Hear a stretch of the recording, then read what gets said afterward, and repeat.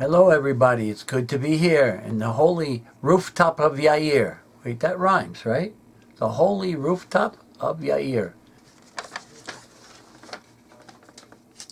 I wanted to say some good things about America. America, as you know, is majority is Manasseh. I want to say something good about America, because America is America. And, Obama, we have some criticisms about Obama, but you know how much money he gave to help Israel? $38 billion. And he didn't make us chop up any of our country and return it to terrorist entities. Whereas George Bush, in some ways, was friendlier, but he pushed us to surrender, and which would created a new Arab Muslim fanatic terror state. Surrender and expel the Jews from Gaza, from the Gaza Strip, from Gush Katif, which immediately inspired the radicals to create a new entity that never existed before of terror. So these are glitches. In the big picture, America's been very good to Israel. Just want to give a few examples. On the 11th of Av in 5750, August 2nd, 1990, the Iraqi dictator Saddam Hussein took control of Kuwait, and the United States mobilized the fight against him in what became the Gulf War. By the way, my brother served in the first Gulf War, and he was a chaplain and colonel, and he was responsible for helping 500,000 Kurdistani refugees. He also made a Chabad house out there in northern Iraq. So beginning on the 2nd of Shvat, 5751, January 17th, they organized 36 countries. And indeed, they joined forces together, but the main combatants were Americans. The point is, such people as Yitzhak Rabin, Prime Minister of Israel, to become, said, look, other people, this is from God. Other people are fighting our war. Saddam declared war on the Jewish state, but America fought for it. Consciously or unconsciously, that's the 10 tribes defending Judah. And there are many, many examples of that. It's known that the United States of America supported in the past and continues to support the nation who dwells in Zion, politically and militarily, economically, socially, defends us in the UN against aggressors. So this is of great importance. America has been the messenger of divine intervention during the many difficulties that have plagued the nation of the land of Israel. The Yom Kippur War, it was also America's fault. They were holding us back, Kissinger and Nixon, from making a preemptive strike. They were holding us back from mobilization. And it was Alexander Haig, General Alexander Haig, that went behind their backs to supply us with an experimental anti-tank weapon, which helped save us. But nonetheless, the bullet that was fired in the afternoon wasn't in the country in the morning, when they saw that all these unaligned countries might now align with the Soviet Union, seeing as the Soviet Union that is loyal to its friends in the United States just stabbed a knife in the back of its friend. So it forced them to forget about the oil, murderous twisting and manipulation of the Arab oil. They had something bigger. They could lose the Cold War, so they started to supply Israel. But we never would have needed that supply had those fellows not tried to hurt Israel. But the bottom line is, America stood with Israel and did not permit the Soviet Union to invade Israel. So America has been the agent and messenger of divine intervention in many of our difficulties. Usually to get insights, I think that we need to pray from Psalms 119, unveil my eyes that I may perceive wonders from your Torah. Bibi Netanyahu once said that if it wasn't for Christian Zionism, Jewish Zionism wouldn't have succeeded. And America was the heart of such activities for a long time, and even though it didn't start in America, it started in Europe, and Europe, as you know, has within it, Western European countries are relevant to the 10 tribes.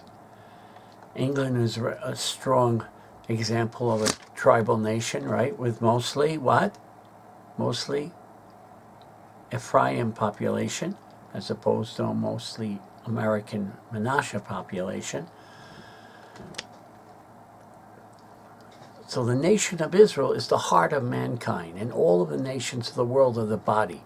This has various implications when Israel resides among the nations.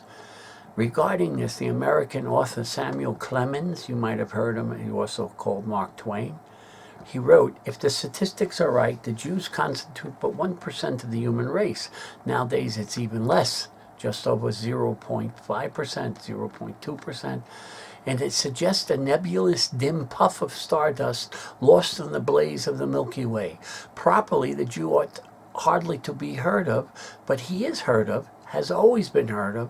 He is as prominent on the planet as any other people, and his commercial importance is extravagantly out of proportion to the smallness of his bulk.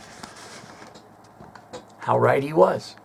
That's what Rabbi Yoel Schwartz would say. The state of Israel is mentioned in world media much more than it would be proportionally logically based on its population. You could tell something special about it. And there's something special with the relationship between America, between the United States and Israel.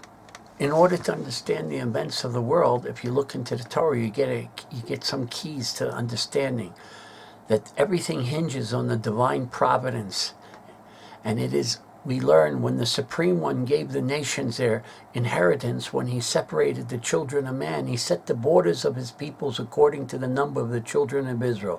For God's portion is his people. Jacob is the measure of his inheritance. Deuteronomy 32, right? And so we see the entire purpose of creation is ultimately for Israel. And Israel is created to tell everyone else how chosen they are as well. And it's through Israel that the nations are blessed, indirectly or directly. The thing I wanted to share that I don't usually hear spoken of is, the America's discovery. Christopher Columbus was a Jewish Italian or a renegade or an escapee from Spain. He was a Marrano. And the famous rabbi was the finance minister of the Spanish, Don Yitzchak Abarbanel. Barbanel, we think you're swell. Barbanel.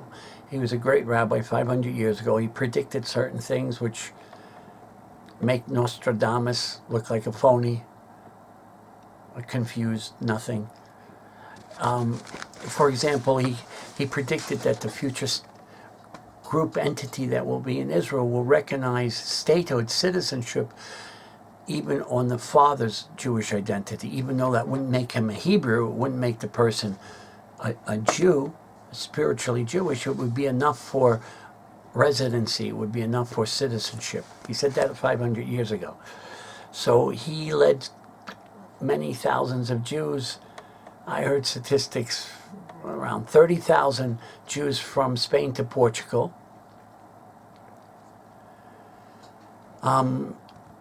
And what was the point of Columbus? The Jews weren't afraid you were going to fall off the earth. We didn't think there were any unusual monsters out there.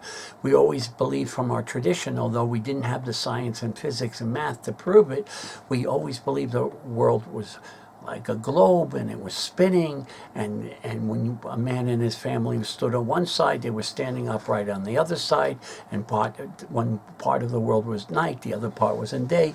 So that wasn't our problem. We had no problem that anyone's going to fall off the world. But we were looking for new places to run to with the Inquisition starting. So officially, Columbus set sail in search of a new route to India, but instead stumbled on the continent of America. After their expulsion from Spain, the Jews went primarily to Portugal, Turkey, and Holland, but many went in the direction of the New World. Some say that Columbus himself, he himself was secretly practicing Judaism. His wife was Jewish, his concubine was Jewish, his ship's mate was Jewish, the doctor was Jewish. Most of the people, they had to be off the docks by the 9th of Av, before sunset, because then the Inquisition was going to go, and many of his crew might have been picked up and tortured by the Spanish Inquisition. He set sail in search of a new country for his fellow Jews. The historians don't have enough information to make a decision on this. They do, however, believe that the forced converts supported him financially, and it's known that they wanted him to leave Spain. And so it was. In the year 1492, Columbus sailed the ocean blue with the Nina, the Pinta, and the Santa Marina, whose numerical value in Hebrew, 5252, is the same as that of scatter. The Jews were expelled from Spain. This is alluded to in a verse. Yeah, we have a verse. Our verses allude to everything. The one who scattered Israel, he shall gather him. In Jeremiah, remember where in Jeremiah? 31, right. Verse 9, you got it. So the one who scattered Israel, he shall gather him. From here we can catch a glimpse of the heavenly process directed towards the end of days. A portion of the exile began to arrive in Svat, whose numerical value is 570, the same as the word tekah, to sound. This corresponds to the first word of the prayer: sound the great shofar for our freedom, raise the banner to gather our exiles, and gather us, U.S., gather us together from the four corners of the earth. Blessed are you, Hashem, who gathers in the dispersed of his people, Israel. After the expulsion from Spain, Svat became an important center of Judaism. It welcomed the arrival of our great teacher, Rabbi Yosef Karo. There he compiled our Code of Jewish Law, which helped unify the Jews. And among many other great sages in Svat at the time of the Rizal. That being said, we can describe the events as follows. Darkness fell upon the Jews of Spain. The numerical value of Spain is 344, the same as religious persecution, forced conversion. And so the light of dawn began to shine in Svat, and the New World, which became a safe haven for the fleeing Jews of Eastern Europe, who sought refuge from pogroms and anti-Semitism rampant. Then, with the arrival of the Holocaust, America also became a new center of Judaism. This, in turn, paved the way for the great support which would be vital to the state of Israel. Again, this allows us to just a glimpse of the divine master plan directed at the end of days. And who's playing the front role of this? A Ephraimite country, a 10-tribe country. The economic success of America has on the dollar bill "In God We Trust," and some of my friends say, and all others pay cash. If you recognize God in your economy, you'll be blessed.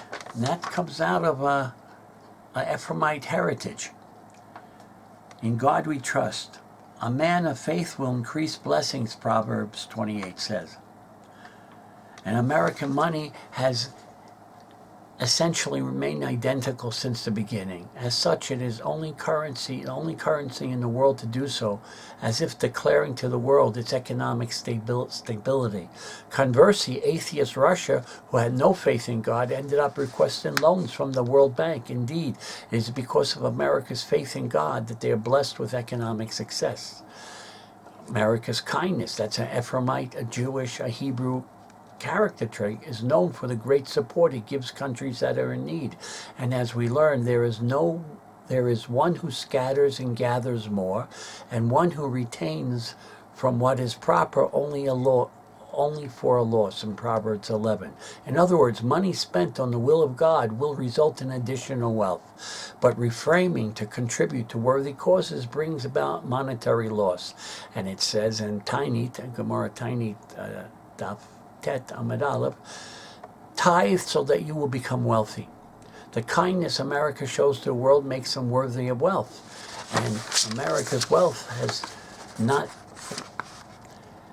gone to waste. America is a main support of Judah in this world. Immediately following a Torah scholar's blessing in Brachot, we see is when a Torah scholar gives a blessing, a real blessing results. Remember, in the case of Potiphar, who was blessed on account of Joseph, such is the case with America, which is blessed on account of the Jews and on account of the lost tribers there. Relatively, also America has helped our settlement in the land. And the national faith in America has an underlying belief in God, despite all the people warring against it. To me, God bless America. America's destiny and America's past was wrapped up with its secret and hidden identity as being a major representation of our tribal heritage, and will be crucial in our return as it is.